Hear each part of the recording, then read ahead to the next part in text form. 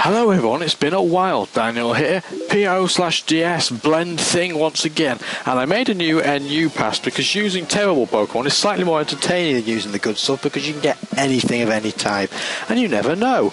But anyway, I'll describe the battle a bit, and you'll see that because this was on PO, it's very haxy, and unfortunately I put myself in a very bad position here, in that I can now go first because I've Dragon Dance, but I'm probably going to get killed by that Flareon because I'm not going to be able to kill it due to the fact that I am bulky.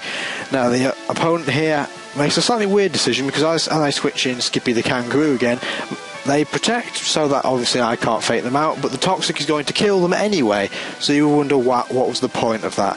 Now Zangoose will only switch into Kangaskhan if it is Scarfed, which means that it's probably going to be quite easy to predict, so I switch to my pile of rubbish, otherwise known as the Dollop, because I know close combat is inevitable, and I get over Layer of Spikes because I didn't know what he was going to switch into.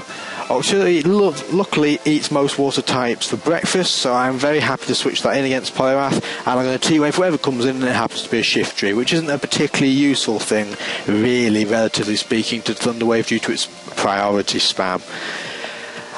Well, I'm going to priority spam as well. Also, I was going to bluff because I didn't think the Sucker Punch would kill me, and it didn't, although it was a lot closer than I thought it would. And I can Drain Punch and heal a fair chunk of my health back before Life Orb, and I don't know whether what he's going to do there, so I leave myself in and he gets a crit evacuate. The crit does not matter there. Crits do matter later on in this battle, I can assure you. I think he's going to switch out. He actually stays in the Vacuum Waves again, and we know he's not choice because of Life Orb recoil, but I went for an Ice Beam and it did absolutely nothing. But luckily he's doing very little to me back, so that was not a mistake, it was particularly costly. But then he sends out Rotom F, which is the Ice variant, hence it looks like a Freezer, and I don't have a right lock for that, but luckily my Dollop is bulky enough to be able to take 2 hits, and this is a Resto, Chesto, Recycly. Well, that's not very catchy, but it's one of those variants.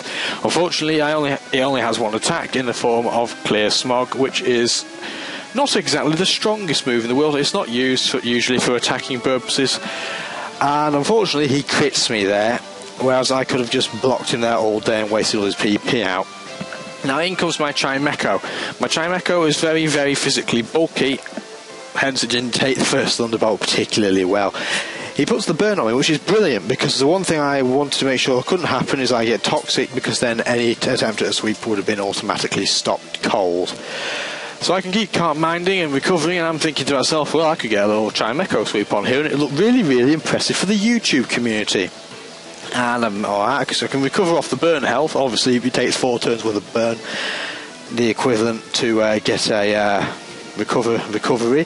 But he crits me again, and now I'm up shit creek without a paddle, because I would need 2 rock polishes off a camera up to be able to outspeed the Scarf Zangoose, and I won't have time to do that, so I just have to break this up immediately and kill the Rotom. And now it becomes a competition of can Octillery beat Zangoose, and this should never have come up due to those critical hits. It has though.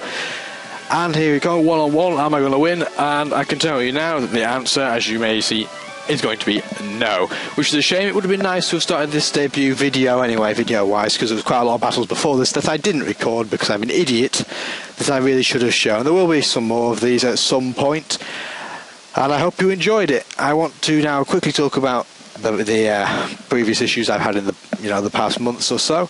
With regards to the Pokemon Colosseum videos, I'm still working on that. I know what the problem is now, and it's to do with the file type that the recording software is saving the audio as, and unfortunately I don't have a codec to be able to work with it yet, so I'm working on a solution around that.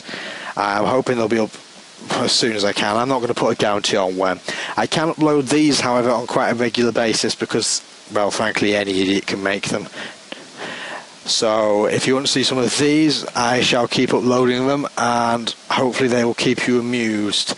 Anyway, thanks for hearing me out, and I hope you enjoyed the video.